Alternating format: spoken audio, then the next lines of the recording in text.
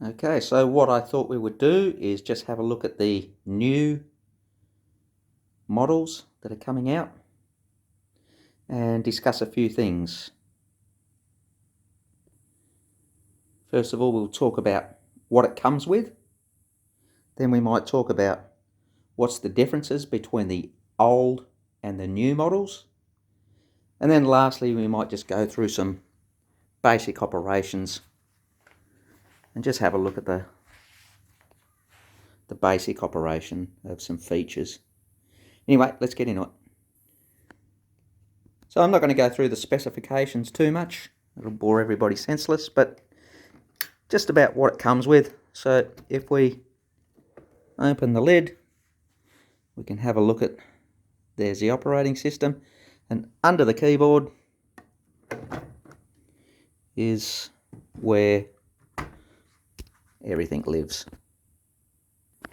So we've got two battery chargers. We've got the 240 volt battery charger, and we've got a car charger that'll sit in the cigarette lighter port. The battery's got a really good runtime, but if you do run out of battery on the job, you can plug it in and you can use it while it is charging, and that'll be good enough to get the job done. Then when you get home that night, you can fully charge the battery again. The batteries are really good. They got about a 4 to 5 hour runtime, so that should be more than enough to get your job done. Next, we've got some pair of skids. Got a tulip skid. I use this one for negotiating tight bends and 100mm gullies and plazis and things like that.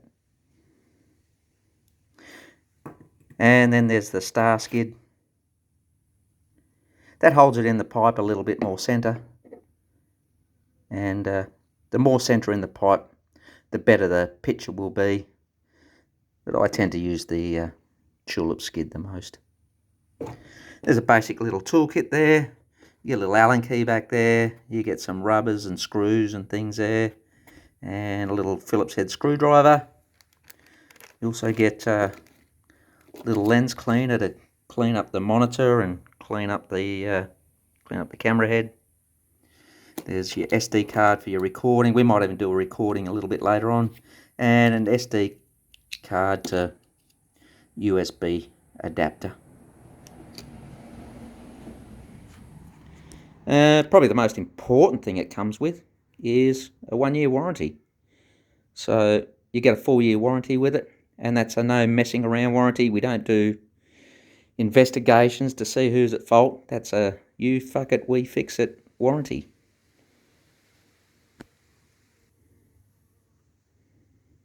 So we carry a full range of spares, and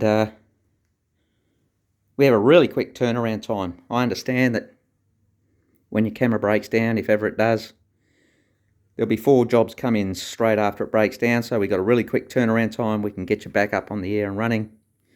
Sometimes we can loan out cameras. So our warranties are what sets us apart from the rest. So next I'm going to talk about the differences, and I think the most important difference between the old and the new is these new 10-inch monitors. And they look really good. They work really well. I'll turn him on. All your customers can see better what's going on. And they're just the right size. So the 10-inch monitors, the old models had a 7-inch screen. The new models have got a 10-inch screen. One of the things I like with the new models is they have a roller guide instead of the old eye-bolt guide. I really like these roller guides.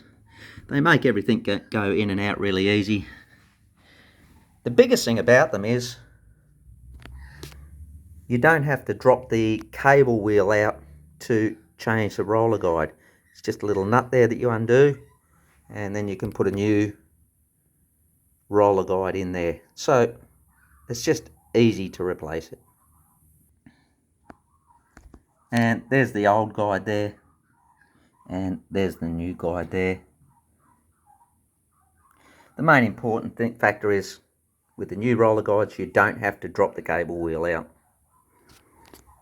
The next difference between the old and the new, some of the really old ones don't have these holders that are used to hold the camera head. So you can keep a skid on there. You don't have to take the skid off to put it back in the holder. So I have some of those. And if you've got one of the old models and you're a customer of mine, just give me a ring and I'll send you one. And finally, the new camera heads are high definition, 1080p.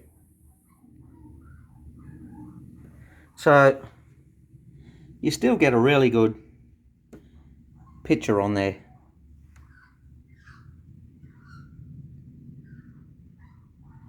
On the screen, but there's not much difference between the old and the new on the screen. Where the difference is in the recordings.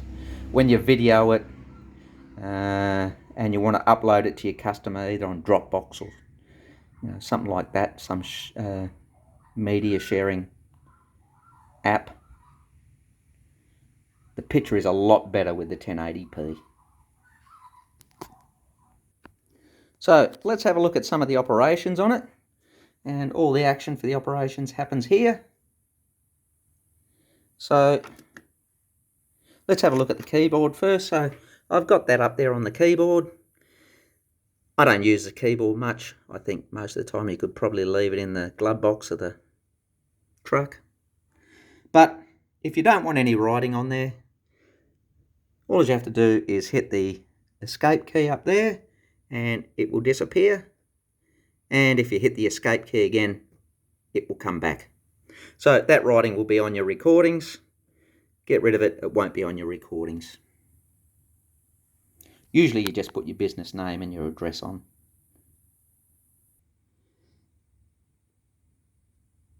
Another feature will be the LEDs. You get 4 settings on there, you just need enough to get your job done.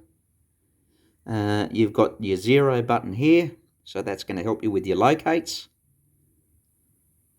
It's self-level, so the top of the pipe is the top of the picture, so you can work out which way the pipes are running. That's going to help you with your locates as well. You've got a zoom function here, so if I press that, it'll zoom in, and I press it again, it'll go back to where it was. So there's 2 zoom features on there. You have your pan and tilt feature there. It's not a pan and tilt camera, so you don't need that. And mirror reverse there. You don't need that because it's self-level. There's our LED switch. Here we've got a recording to make a video, and here we've got a camera to take a picture. And we might just do a little practice run at that. Your SD card lives in this little port on the side. That little USB stick there is nothing to do with recordings. That's the Wi-Fi for your keyboard. So let's go ahead and just pop that in there. And it should come up as an SD card inserted. Beautiful. There it goes. It's up there near the battery. So that's being read at the moment. So let's just have a practice run at a picture. So I might bring up the writing up there. If I go over here and I press the picture button, it says taking a picture, and we've just taken a picture. If we want to make a recording, we'll just come down to here and I'll press the record button, and you can see there's a red circle up there, tells us that we're recording, and I will wobble my fingers around in front of it just so we get some movement in there.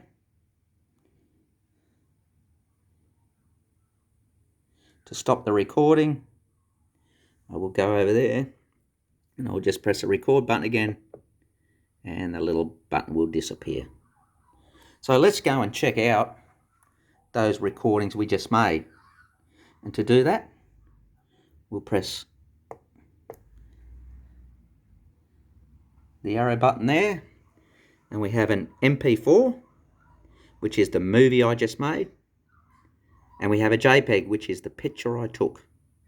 So if we come down to our scrolling parts here that lets us scroll around, if we press OK, and we've got the MP4 highlighted,